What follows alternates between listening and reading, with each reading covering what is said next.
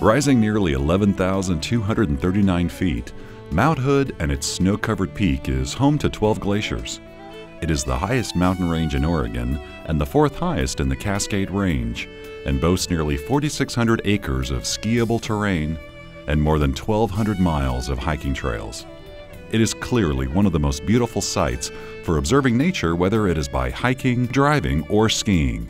I love the mountain area just from a personal standpoint as a place to be in the outdoors on a weekend. You can watch a drop of rain roll down a window in Portland or down at a lower elevation. You can think in your mind, you know, that's a drop of snow, that's a snowflake up in the mountains, and boy, it's going to be great this weekend. One of the main attractions in the area is Mount Hood Skibowl, located in Government Camp. You know, Mount Hood Skibowl is a great place. I've spent a lot of years here. The old timers, some of them are still here after 40, 50 years, they still come. This is a great place. It's family-oriented, friendly atmosphere, and it's just a lot of fun. During the day, Skibowl, the closest resort to Portland, offers the most challenging lift access terrain on Mount Hood. One of the greatest views in the world is from the top of the rim of the bowl, Skibowl West. On a clear day, you can see, you know, Rainier and Helens and Adams, and turn around the other way and you can see Mount Jefferson, and it's awesome. The bowl is basically a wind-protected area, and it's not that cold down at that elevation, but still provides you the good skiing. In addition to great day skiing for everyone from novices to experts, Skibowl really comes into its own after sunset. So how did the unique terrain of Mount Hood Skibowl develop over the years into this amazing attraction for ski enthusiasts? The Modernization area was the first area that was skied on Mount Hood by the old Norwegians that founded Cascade Ski Club in 1928. By 1929, Mount Hood Southern Slopes gained widespread recognition after hosting an official National Ski Association jumping event. They held the first international competition sanctioned meet on the jump hill at Modernization, and the hill prior to that was covered with an old forest fire, stumps, and the members of Cascade Ski Club back then, the old Norwegians that founded the club, cleared that hill manually. And that was when the tournament first started, and when jumping tournaments first started in the Modernization area. We used to drive up to Government Camp and walk over and watch the Scandinavian jumpers go up to 200 feet. And we were pretty young at that time, so we'd build a little jump out of snow and jump 20 feet and think we were doing quite a job. In those days, meadows didn't exist, bachelor didn't exist. And timberline just didn't have the terrain. So Skibowl was really the only place on the whole mountain that was really you'd like to ski. Great place to ski. It had steep terrain and good people always ran it. There wasn't much else around there, and I think we had maybe 15 or 20,000 people ski there the first year, which is barely a good day today. But we thought it was great. That's going back quite a ways. The old timers were the true spirit of skiing, where they'd struggle to get up here. Once you got up here, you'd have to hike through wetlands and whatnot, through stumps, and then getting up to the upper bowl and spending a day hooked on to the toe and getting pulled up. So I think we got a lot of great spirited people here now that ski and snowboard, but in the old days you had the real deal. The equipment was a lot different. It's a lot safer nowadays, and there were none of these fancy grooming machines or any of that.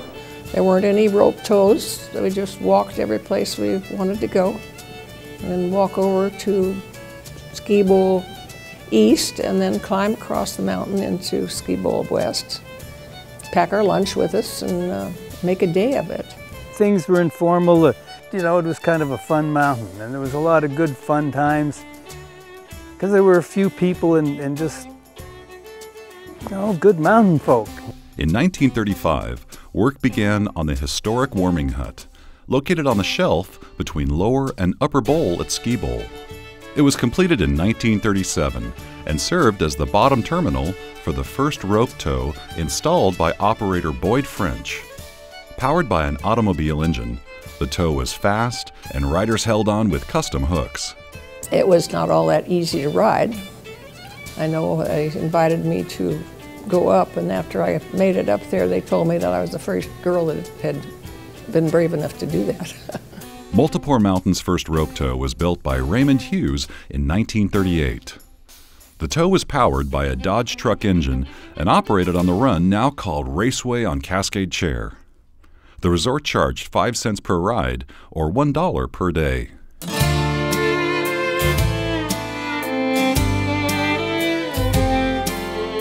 We used to stay overnight in a government camp on Friday night and Saturday night, and we would hike up the lower bowl, because there was no chair, to get onto the rope tow at the top. We would not have to pay to get a ticket because we would carry a 5-gallon can up the mountain with us, and that was our ticket. Right after the war, skiing on Mount Hood, there really wasn't much skiing on Mount Hood. Timberline Lodge was closed. They didn't want a beacon there for enemy bombers, and that was the reason it was closed. And it opened up shortly after the war in '47. Once the war was over and the people were back, gas rationing was off, people were, I think, very, very eager to get out of the city, to get away from the war situation and enjoy the recreation again. It's a great thing to get away from all that and get up in the mountains there, because all your cares drop off you then. And something that bothered you back down in the swamps down here, while you get up there you laugh at yourself. You're able to handle it better. In 1946, the first lower bowl chair was installed by Sandy Sandberg. Built with wooden lift towers, the single chair ran from what's now the rental shop up the west side of Skibowl's lower bowl. It was a wooden structure for the towers, and a single chair, as I recall it. And that was a wonderful thing to have done. What we'd do in the morning, this beautiful sunny day, we'd go up to the upper bowl with sausage and bread and cheese and plenty wine, and we'd fire up the upper lift and go skiing. And we had a note down at the lower terminal of the lower bowl saying, you know, skiers ring 3 times, and we had an old crank telephone. And 3 rings was the lower terminal of the upper bowl. So if somebody wanted to go skiing, they'd ring up 3 times, and one of us would run over to the top of the lower and fire up the lift, and up they'd come. We'd turn the lift off and go over. It's a big ski party every day in the upper bowl during the week.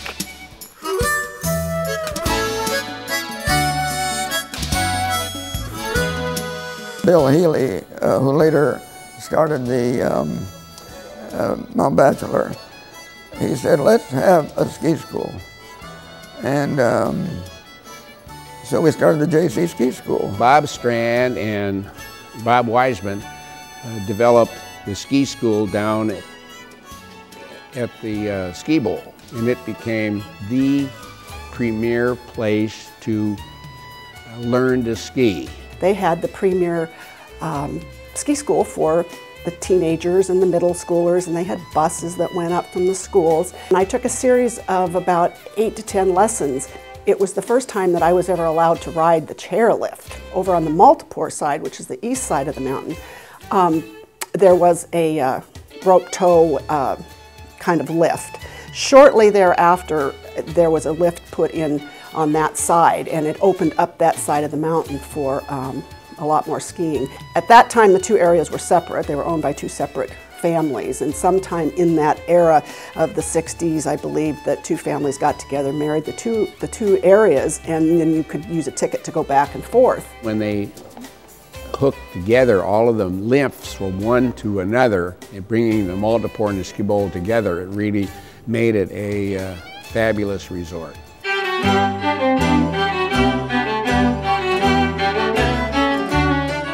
the mid-60s, we started Mount Hood Race Team, and that was our base headquarters. I was looking to do something, to put something back into skiing that I'd taken out of skiing, which was a self-confidence builder and a sport that I really enjoyed. There was no bench warmers, and you were tested against the hill. It was a skill sport as well as a risk sport. We put together a program that was fully integrated from Mighty Mites, which were 4 years old, all the way up through senior competitors that were in their late 20s or even early 30s. And so we started the first fully integrated Mount Hood racing team on Mount Hood. And we started the program under the auspices of the Portland JCs initially. And then we moved on down into the Moldapore Ski Bowl area for our main training area. And my partner and I ran it for the next 34 years. And we had over 3,000 kids run through our program over the years through our summer and winter racing camps.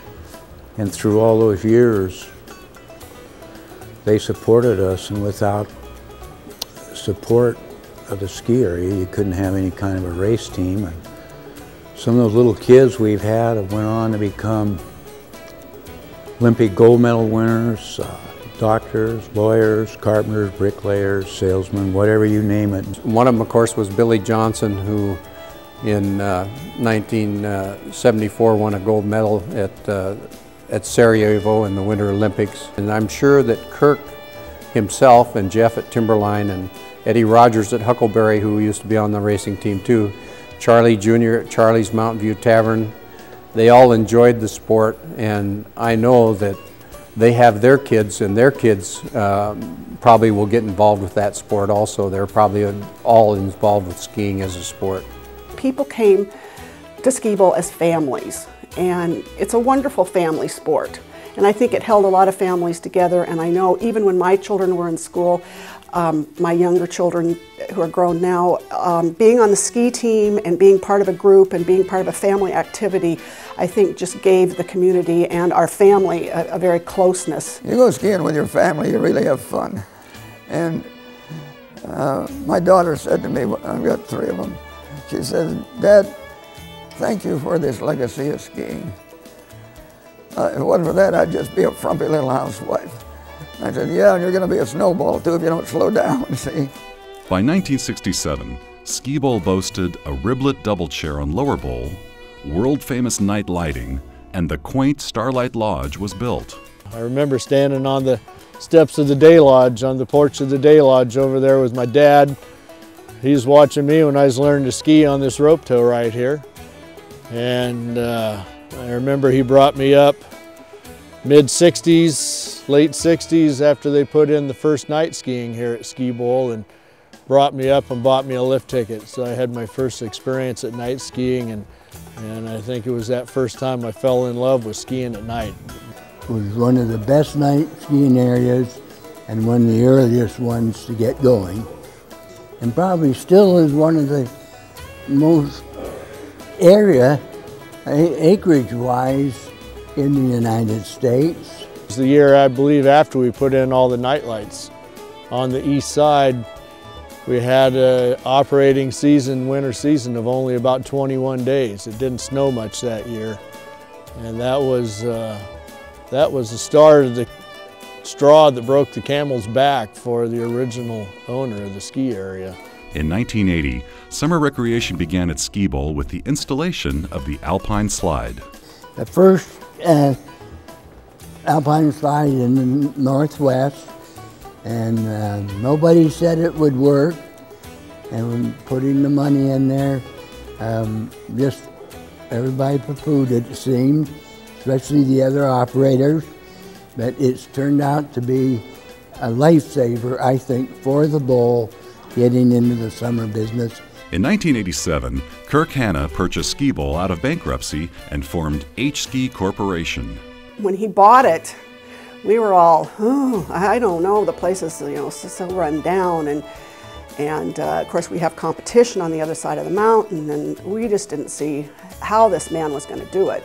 Mount Hood Ski Bowl constantly sought to improve, expand, and provide a better experience for visitors to the area. We put in a couple of new runs, added some more night lights, started doing upgrades to the chairlifts that were original drives built in the 60s. We brought them up to more current operational standards with DC drives, new wiring systems. Invested a lot of money to keep the old equipment up to a current state of the art and operating properly.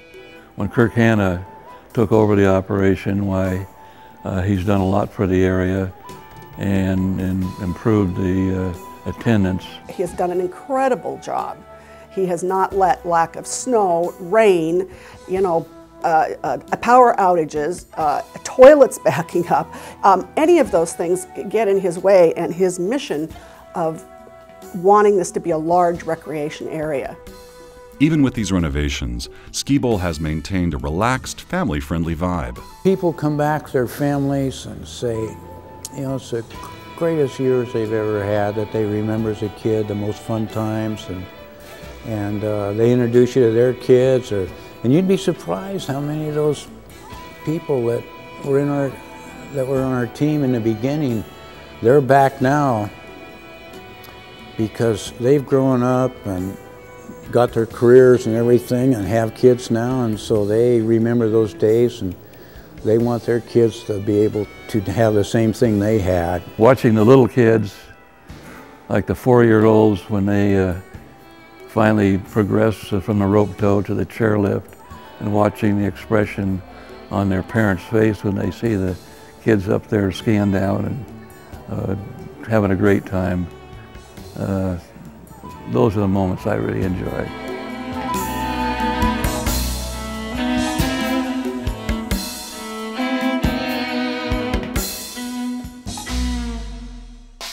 Never forget my times at the Skibowl. I enjoyed every day. I don't care what the weather was. I don't care what happened.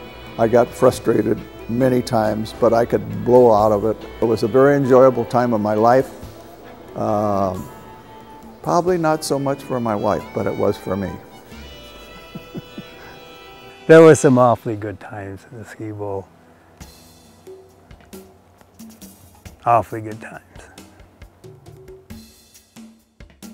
There was a fellow by the name of Barney Becker. He had spent all of his life as a ski instructor in Sun Valley, which was pretty smart, rather than going to work for corporate finance or something, you see. I asked him, I said, Barney, what is there about this skiing that bites us so? We sit on 3 inches of new snow on a lift seat, we fight traffic to go up there, we buy expensive equipment, and big lift tickets to spend money like crazy just to slide down the hill. What is it? Barney Becker said, it's a disease, Henry. It's a disease. And I think he's right. It's incurable, I might add. Today, Government Camp is a quaint mountain village in the heart of Mount Hood's recreational paradise. The recently refined streetscape of Government Camp has added new sidewalks, streetlights, and much more to a beautiful downtown area. Already bustling with shops, restaurants, and a happening nightlife, the debut of Collins Lake Resort, a true world-class luxury resort, is putting this charming village on the map for the most discriminating travelers and outdoor enthusiasts. Those old-timers like Corey Gustafson, Ragnar Gustafson, and all those people that were involved to start with, I don't think they could ever dream of what was going to happen on Mount Hood. Their interest was in Nordic pursuits, cross-country, climbing, outdoor activities, jumping, ski jumping, but I don't think they would have ever dreamed that something like this would have happened on Mount Hood. But I wish they could see it. 80th anniversary, I think, just kind of recaps all the energy and all the good people that have been voyaging up to the mountain to experience what great mountain fun we have up here, from the original jumpers over at Moldapore Mountain Hill, which with Cascade Ski Club, a tribute to them and their energy to start that tradition of jumping. And I think it's just a recap of everything, and looking into the past, appreciating the past, and now just looking into the future and to see how we can better what we're doing and work as a mountain together to really make it a best mountain and sport recreation on Mount Hood as we can. So there's a lot of spirit and just some great mountain people that really evolved this thing to the 80th year anniversary that we're currently enjoying.